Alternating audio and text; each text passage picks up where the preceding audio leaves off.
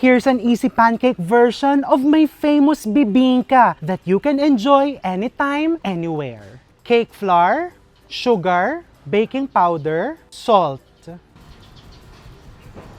eggs, coconut milk, mix until very smooth. Chopped salted eggs, grated cheese.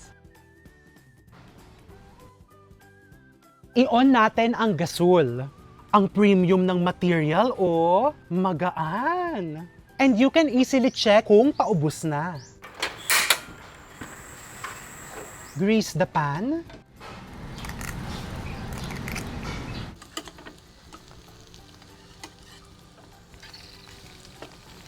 Let's keep it at medium flame para hindi ma-overcook.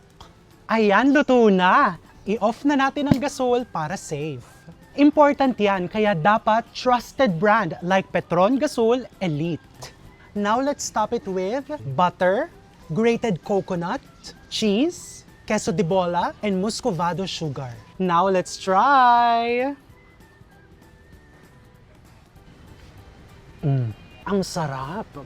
Magluto ka na rin and get a chance to win a Petron Gasol Elite.